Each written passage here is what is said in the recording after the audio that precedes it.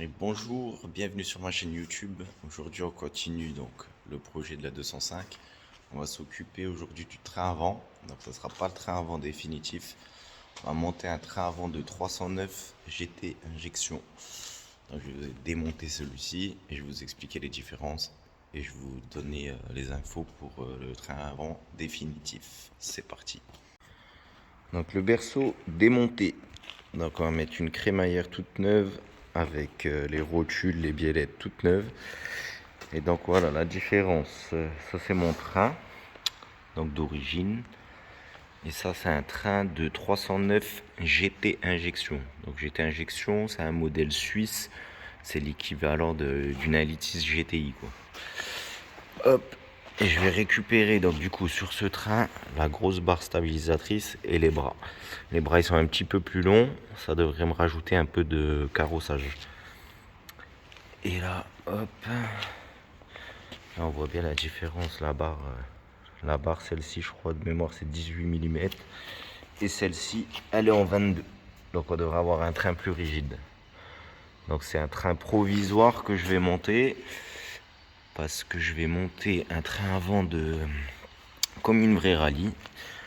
Donc rallye, GTI, tout ça, c'est pas des bras tirés avec une barre comme ça, c'est un triangle complet.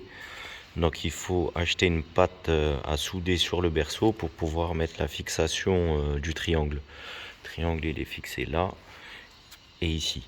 Et la barre stable, c'est ça le problème, c'est que c'est introuvable une barre d'un litre 9 GTI. Donc tant que je n'ai pas trouvé la barre stable d'un litre 9 GTI, je peux pas faire mon montage. Donc en attendant, train avant de 309 GT injection, c'est parti. Alors là on voit bien la différence entre la petite barre d'origine et celle de la 309. Même les sillons blocs sont beaucoup plus costauds, beaucoup plus balèzes. On voit c'est tout petit, tout maigre.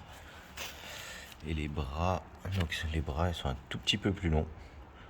Donc ça, je vais changer le soufflet, même si c'est un train avant provisoire. Hein, faut pas, je vais éviter de péter la rotule. Et puis ça devrait rigidifier mon petit châssis. C'est parti, je remonte sur le berceau. Hein. Olé. Et point très important quand on veut passer en crémaillère de 205 rallye. Vous voyez sur la crémaillère de 205 rallye, c'est des dents. Et sur les 205 classiques, c'est un méplat. Donc il faut modifier, enfin, il faut changer le cardan. Donc ça c'est celui d'origine. Ça c'est pour les rallyes. Et vous ne trompez pas dans les références parce qu'il y a trois modèles. Donc il y a le modèle 205 classique, 205 rallye XS. Et il existe un troisième modèle pour celles qui ont la direction assistée. C'est le même système de cannelure mais en diamètre plus gros. Donc je me suis fait niquer aussi. Hein, donc commandez la bonne pièce. Allez, on va remonter tout ça. Donc le berceau est remonté. Et maintenant, il n'y a plus qu'à régler à peu près la géométrie pour pouvoir rouler. Et après, on fait un petit essai. Mamma le bouline! Oh là là là là là là, quelle puissance! 0 à 100 en un week-end. Avec le châssis aux petits oignons. C'est beau. Tenue sur la route. Oh là là, oh punaise, un WRC. C'est magnifique. C'est magnifique. Bon, en tout cas, avec la petite crémaillère de 205 rallye, c'est beaucoup mieux. Hein. C'est beaucoup plus précis. C'est top.